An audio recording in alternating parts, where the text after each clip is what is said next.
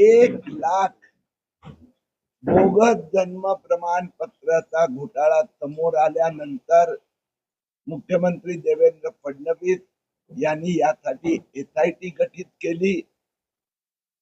SIT आणि महापालिकेचा vigilance कमिटीचा जो पहिला अंतरिम इन्फॉर्मल अहवालात बाहेर आला आहे की 19,866 19,860 सर्टिफिकेट हे गेल्या वर्षभरात बेनामी लोकांना देण्यात आले आहे. हे बेनामी होस्ट आयडेंटिटी असू शकते, बांगलादेशी असू शकतात. एसआयटी सोमवार पासून त्याचा तपास पुढे गतीने सुरू करणार आहे. असाच प्रकारचा घोटाळा पुणे महापालिकेत झालेला आहे. तिथेही 15,000 अशा प्रकाराचे बोगस बेकायदेशीर सर्टिफिकेट देण्यात आले आहे. त्यासाठी मंगळवारी मी स्वतः पुण्याला जाणार आहे. आज कल्याण डोंबिवली महापालिका, उल्हासनगर व ठाणे या तिन्ही महापालिकेचे माझी भेट चर्चा सुरू आहे. या तिन्ही ठिकाणी जे माझी प्राथमिक माहिती आहे, काही यांनी कबूल केलं आहे की 10,000हून अधिक अशा प्रकारांनी बेकायदेशीर बेनामी सर्टिफिकेट दिले गेले आहेत. त्यापैकी 6,000ची नावं अजूनपर्यंत बाहेर आली आहे. बाकीचा तपास सुरू आहे. हे जे सगळे आहेत, ह्या सगळ्यांची नावं मतदार यादीत घेण्याचा हेतू एक यामागे दिसत आहेत. काही गव्हर्नमेंटच्या जे योजना असतात त्यात खोटे सबसिडी बेनिफिट घ्यायचं.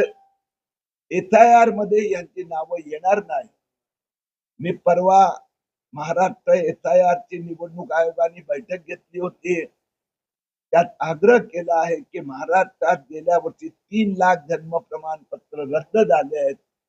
यापैकी 2.25 लोकांची बांगलादेशी घुसखोर अपात्र लोकांची मतदार यादीत नाव आहे, ते त्यांनी बाहेर काढावे लागणार.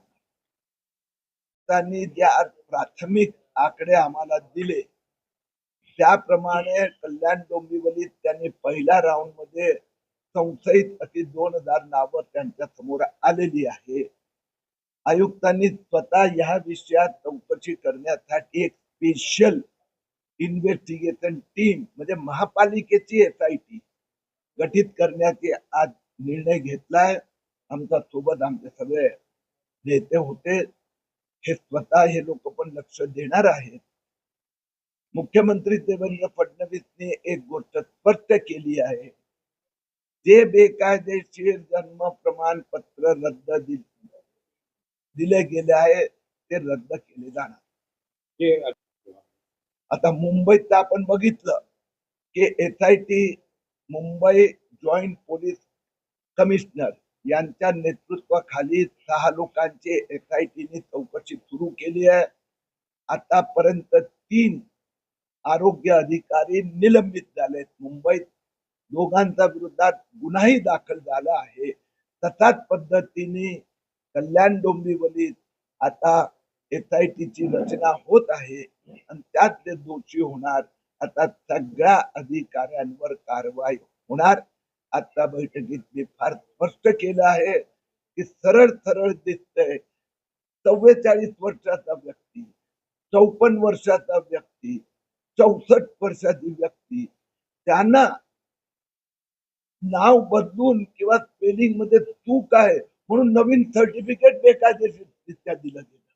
आता जो व्यक्ती 64 वर्ष एकच नाव चालवतोय, आता दुसरं सर्टिफिकेट म्हणून फ्रॉड इथेही झाला आहे. यासाठी उपमहापौर राहुल दामलेंनी मला काही गोष्टी सांगितल्या आहेत. त्यासाठी पुन्हा मी परत येणार आहे. या इथलं एक तलाव जे नष्ट करण्यात आला आणि तिथे मोठ्या प्रमाणात त्या आक्रमण सुरू झाले आहेत. त्यात मोठ्या प्रमाणात मुस्लिम आहेत, संशयित बांगलादेशी आहेत. तो विषय मी हातात घेतलाय. पुढच्या आठवड्यात त्याचा पाठपुरावा करणार. पण कल्याण डोंबिवली महानगर आतापर्यंत मला माहिती नव्हतं. मी माहिती घेतो आणि मी अपील पण करतो. त्या जो पात्र व्यक्तीला अन्याय झाला असेल, मला जर थोडी माहिती पाठवली तर निश्चित मी पाठपुरावा करणार.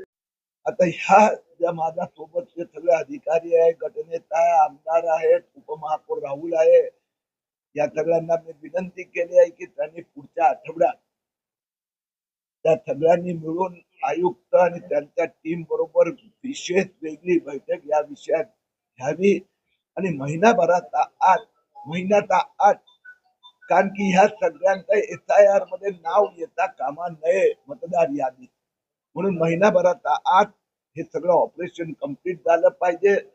ज्या लोकांनी खोटं बोलून जन्म प्रमाणपत्र मिळवलंय, त्याचा दुरुपयोग केलाय, आता लाभार्थ्यांच्या विरोधात पोलीस कारवाई आणि ज्या अधिकाऱ्यांनी या जाणून बुजून फ्रॉड करण्यात भाग घेतला आहे त्यांचा वर फौजदारी गुन्हा दाखल. कल्याण डोंबिवलीमध्ये